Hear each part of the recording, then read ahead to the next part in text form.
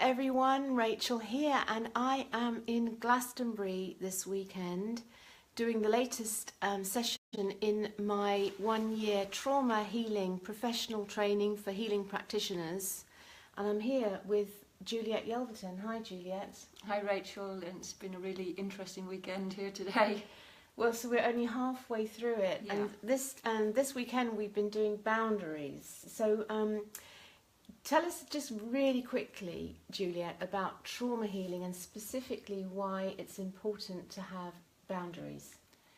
Well, when we've been traumatised, generally our boundaries have been eroded because something has happened to us that we had no control over, and that our sense of self is completely destroyed in that moment, and that we may then go through life without even being aware of the fact that who we were originally is now being completely changed into this person that is not able to stand up for themselves, that is an easy pushover, is not able to really identify their own core needs, and gives away their time and their energy or their sense of purpose or whatever to other people. And last night, Juliet doesn't really sort of tune into all of the kind of media unfolding, so I was explaining to her about Harvey Weinstein, obviously the Hollywood kind of mogul, millionaire mogul, who has just been sort of outed for abusing his power. And I guess, you know, that is a very amplified scenario of I guess a scenario that plays out a lot of the time, where people are working for a very powerful boss, maybe it's their boss, someone who, you know, controls them, maybe a husband, maybe a boyfriend that is overwhelming. I mean, what would you advise someone who finds themselves in that situation where they're and describe, you know, some of the trauma that can happen in that situation where you've got an overwhelmingly powerful person trying to make you do things you don't want to do? Well, that sounds like what's happening on the planet today, doesn't it? We have an overwhelmingly powerful power structure in governments and corporates that are trying to make us do something that's really bad for our health. There's a lot of damage happening on the planet, and this is why I say that trauma is really vital. Healing trauma is vital in planetary transformation and survival. So with a situation like that, with a Harvey Weinstein, is the problem with him, or is the problem with his kind of victims, or how does that on a practical level, how do we resolve that kind of trauma that's obviously playing out? I mean, where do you stop? How do you kind of transmute it and heal it? Well, the first step is to recognise there's trauma. So it's a misuse of power, isn't it? It's the power over. So this person, I understand he's been abusing his employees. Yeah, essentially. And the employees have difficulty with their boundaries, otherwise... Well, it's basically actresses who want to get famous, who are compromising themselves because they... and not feeling empowered to say no. Yeah, so when you have a need, when your core needs haven't been met, especially when there's early trauma, developmental trauma, then you will do whatever to go along with whatever the promise is. I had a situation when I was a teenager, and I had a very impoverished and difficult childhood, and my core needs were not met at all. And I was trying to make my way in the world as a young teenager, and I started, in order to make a living, I started to do nude modelling for the art class. Oh God. And then I thought that I'd really made it when the art teacher invited me to his home to model for his, you know, he's a great artist and he's going to pay me for this work. So because I'd been traumatised and I had no boundaries at all, I didn't recognise the danger that I was stepping into at that moment. Yes. So you had no boundaries? I had no boundaries. Okay. And so I modelled for him, and then he tried to abuse me. And then interestingly enough, a couple of years later, I had a similar situation in Los Angeles where I travelled and I was doing my exploration, where I almost got signed up for a porn movie because, again, I had the promise of, like, star in our movie. And actually these men wanted to sexually abuse me. Wow. Yeah. And so I never knew this about you, Juliet. This is all coming out live. It's all coming out. But this is a scoop, folks. It's a scoop. Stay I've not tuned told in. anyone this. Not a single person in my life ever has heard this Oh my information goodness. before. So this is Don't tell anyone. Don't tell okay? anyone. Just keep this between us. But I think these things are common for many people. And your question was, who's kind of at fault? Who's at fault? Well, neither person is at fault because, I mean, yes, there is an area of responsibility and fault with the abuser because they're doing something bad to somebody else, but both people are actually carrying a lot of trauma. Margaret Miller, who's a psychotherapist, wrote a book about 20 years ago called For Your Own Good, The Roots of Violence in Child Rearing. And she did an analysis of people that had committed atrocities, and including Hitler, and their background.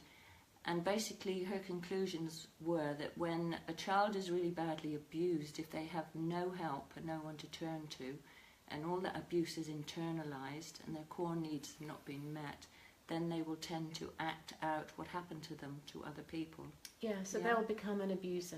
So a bit like Donald Trump, if you think of what he's doing right now on the planet, the magnitude of his abuse and his misuse of power is devastating, and everybody else, not everybody else, but many people are finding it difficult to actually step up and say, no, that's my limit, that's the limit of the damage we're going to have done to this planet. Because people are not strong enough, many people are traumatised and we're not strong enough and in our own power to actually stop and to stop what's going on and to spot the trauma. So the answer is, first of all, we have to recognise that we all, practically without exception on this planet now, are carrying an immense amount of trauma that gets hooked into the whole time, and our power is stripped away from us into situations that are devastating for ourselves, our own lives, and for the lives of our families, and ultimately for the life of the planet. So step one is to start to recognise that we have trauma. Step two is that there are many really good ways to approach this and it can be healed. But until we recognise it, we're not going to heal it. So, when you've done your own work, you've begun to see things, haven't you?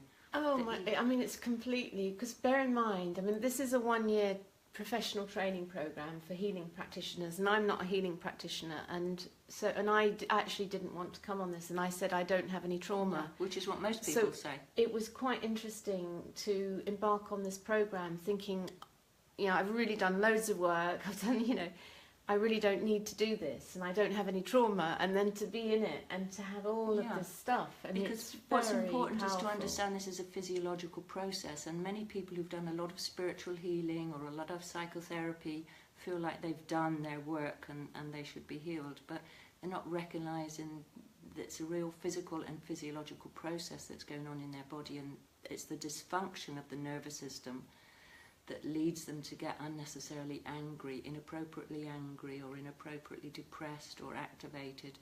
That's actually the trauma playing out in their daily lives, which they identify as, oh, this is just me, this is normal. And just doing spiritual work is not really going to shift that very much. And while we're on, actually, just to mention this, if you're interested in doing a taster session with Juliet, you've got a 1-day workshop on the 11th introductory workshop, which is an introduction to my next year training, so the 11th of November, Okay. And so if you're interested in training in this, there's another program happening next year, next February, January 2018. So, but anyway, back to the topic of, by the way, I'm not on a commission on this. I'm just helping Juliet to get this. I feel this is really important work, and it's actually transformational. It's been transformational for me and everyone in this group that's on it. It's very powerful. But back to the subject of boundaries, Juliet. So, what would your advice be to people who are maybe watching this about how to really? Because I really got today, I didn't even actually really have a clear sense of boundaries. No, and you said, oh, what do I need boundaries for anyway? People can be very cosmic. Oh, I don't need boundaries. It's very really Piscean, great to go isn't it? with the flow and so on. Yeah, it's true. Yeah, So when we've been traumatized, we either have no boundaries at all, and then we rationalize it. This is what spiritual work can do, is like we can rationalize. Yes. Yeah. We can rationalize with our spirituality, or we can have overly rigid boundaries and then not be open to allowing ourselves to take in new experiences, or we can be very fearful about life. So how do we start? Just explore what is actually happening. What's happening for you? What's happening in your life that is causing you distress in this moment? Where do you feel pissed off?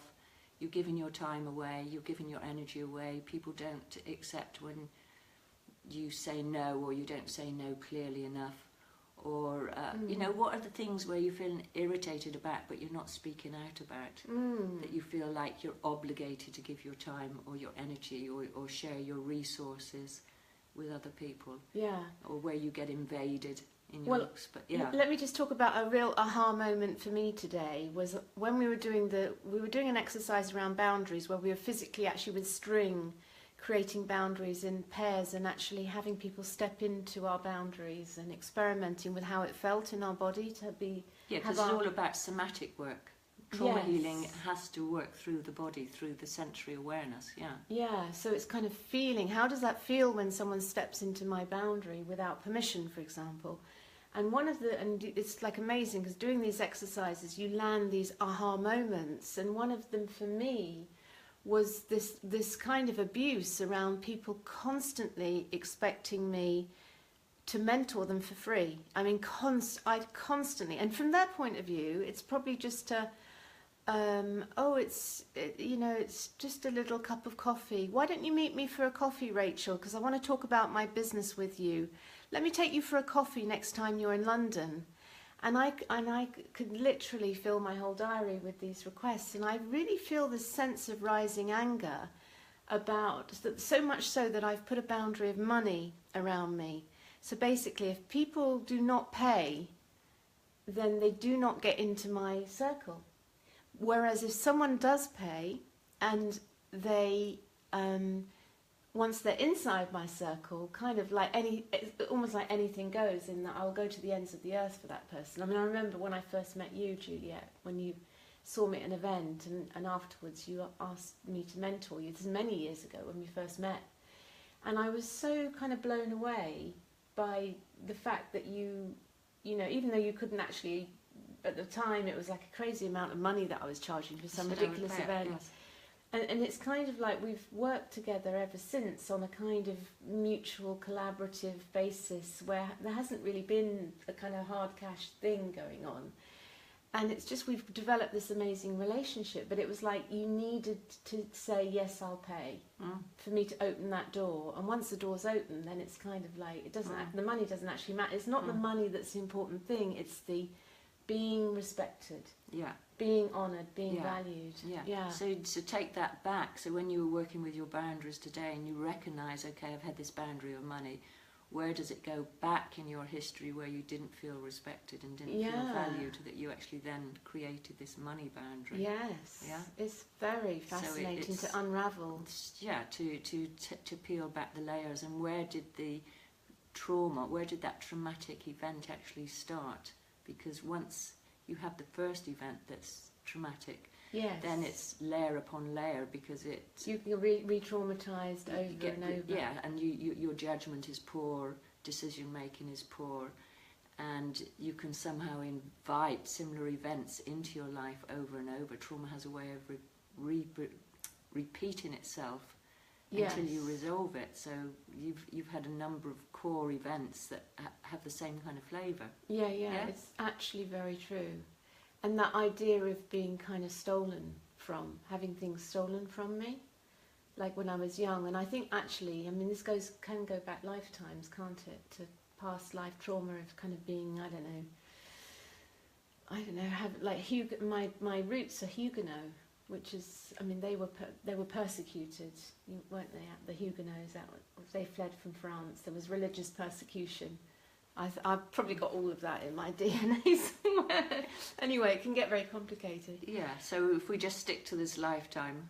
Yeah, keep it easy. Keep it easy, but trauma is generational. We do, Yeah. it does get passed down, and we carry the baggage of our parents and our grandparents and so on, you know. Yeah.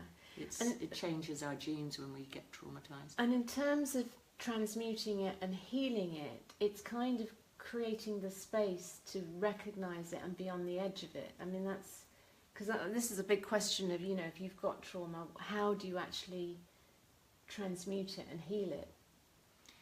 Well, first of all, you have to do it very slowly. There's no like big bang ways of healing trauma. That's what was thought in the 60s when they invented catharsis. It's like, let's get into the emotions and let's get into the anger, let's empty out all our anger. But that's not actually... I went into my anger today and it's not No. a good vibe. No. Wasn't a good place to go. Because you can't empty your anger. There No. isn't a pot that you empty. It's a physiological processes and activation that gets stirred up. Mm-hmm. Yeah? And it's recognising what's stirring it up and feeling the limits of that, how you can manage that nervous system activation. Yeah.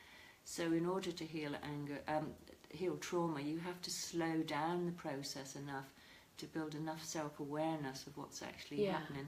Not just what's happening on a thought level or an emotional level, but what's happening on a physical level. Yeah, it's really feeling into your body, Core, isn't it? yes. It's really feeling, because your body is going to give you the clues of what's going on. Mm.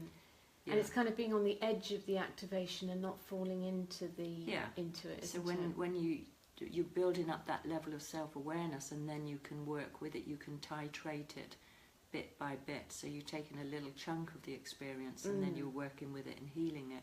But what's actually happening as you're doing that is that your brain structures are beginning to integrate and knit back together. Yeah. Yeah.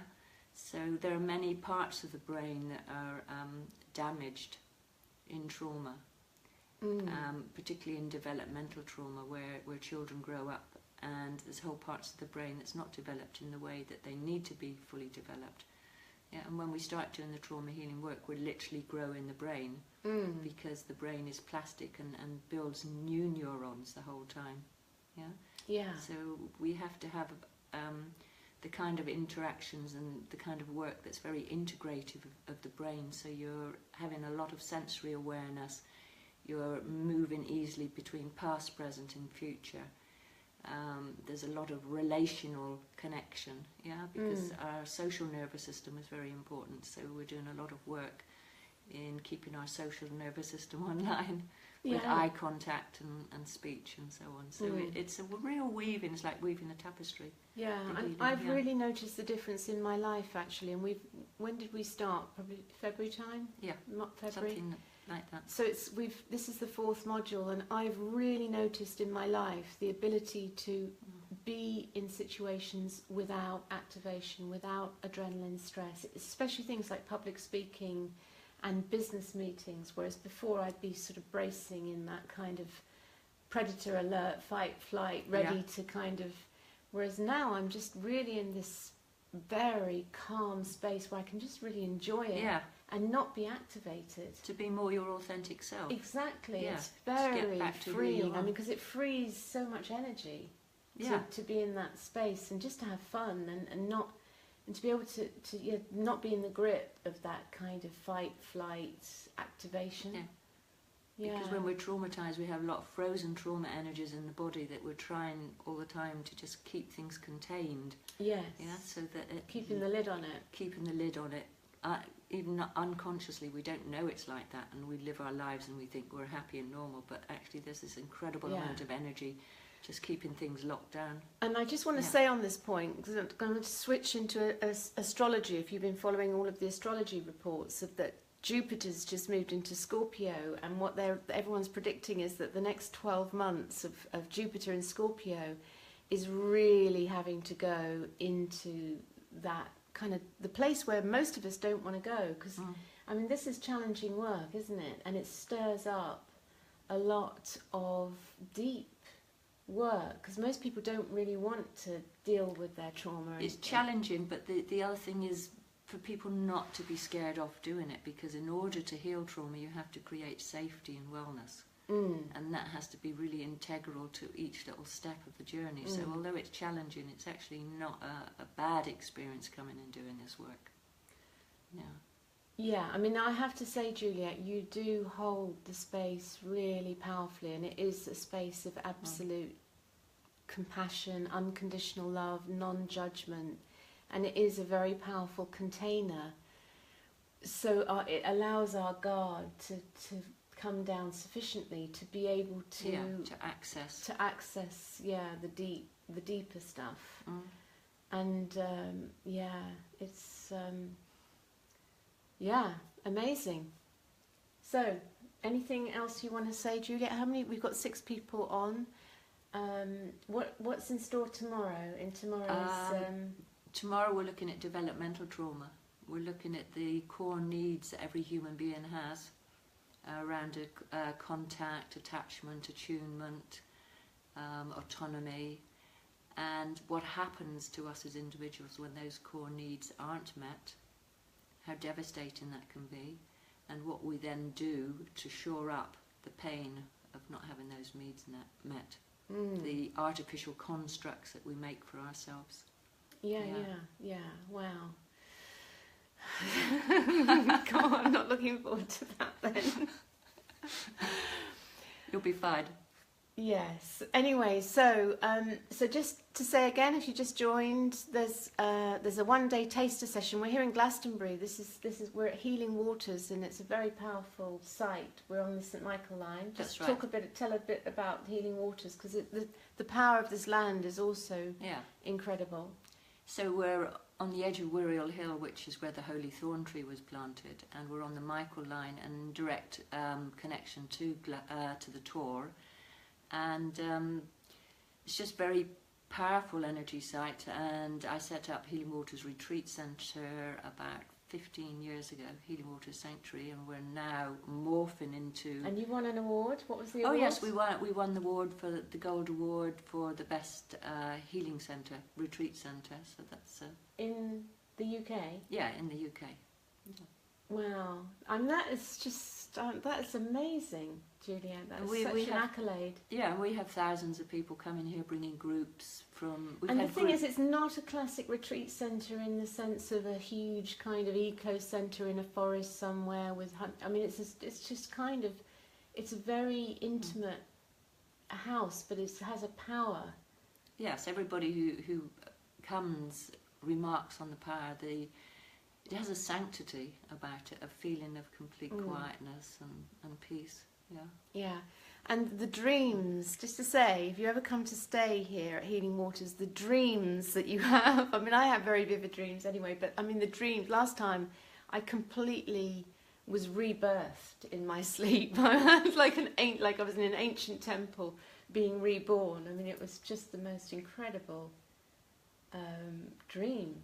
Yeah, you do have very powerful dreams, and I can't promise everybody's going to have big dreams or anything, because that doesn't happen to me. But people every time I've stayed here, it's been very powerful. Yeah, people do seem to have powerful experiences, and this year we've had people from all over the world, from Latvia and America, Germany, the Netherlands. Yeah, many countries bringing groups, because people bring groups up to about 24 people to do their own spiritual healing. But we're morphing more into being a world-renowned trauma healing centre. So that's our main focus, because we need to we're creating a movement that in order to heal the planet, we've got to recognise that practically everybody's traumatised and that there's a possibility to heal. So we're creating a whole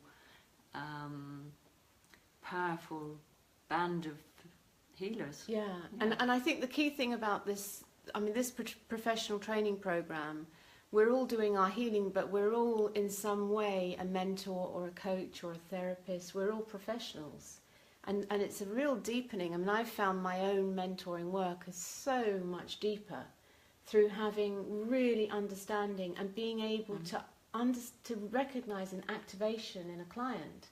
You know, if you're doing a one-to-one session, even if it's talking about their business, recognising when people are going into an adrenaline response. Absolutely, and then being able to hold them in that response and to help them recognise what's going on. That you can significantly And help to come them. out of the story And and to really go into their body of like what's going on for them. Yeah, and that's it, for you to have that capacity as a, you know, whether you're a mentor or a healer or a teacher, a doctor, a policeman, to have that capacity means that you're a much safer person to be with and to work with, and the work that you do is going to be so much more helpful to that other person. And also as a mother as well, I found that As a I mother. really recognise adrenaline activation in my children, and I can Yeah. really talk them through it, notice it, and kind of like transmute it. Yeah, because a lot of our children are traumatised because of the trauma that we carry that's gone down the generations now. We've been between 2 world wars, Yeah. yeah, and now we're carrying the repercussions of that, and it's gone on to our children. So being able to do this work for ourselves and hold it for our children, helping them to heal, so that it's not perpetrated further down the generations, is very important. So if you're interested, there's a one-day workshop on the 11th of the 11th here in Glastonbury, and then there's a whole one-year training programme starting next January. Yeah, It's kind of it's a 6 module modules. every 4, 5, 6 weeks. Yeah, a module every month or 2 months, and they're spaced out differently throughout the year, so there's more space in the summer and it's a bit more concentrated in the spring. Yeah, yeah. Okay, so thanks everyone for listening, and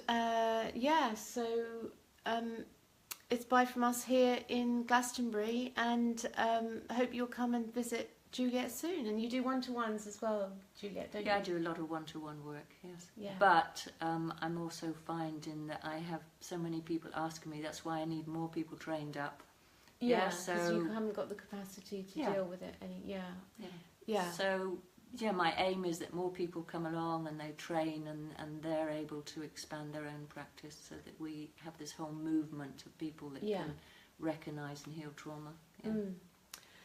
Fantastic. Okay, lots of love, everyone. Bye for now. Bye. Thanks for listening. Thanks for watching. Bye for now.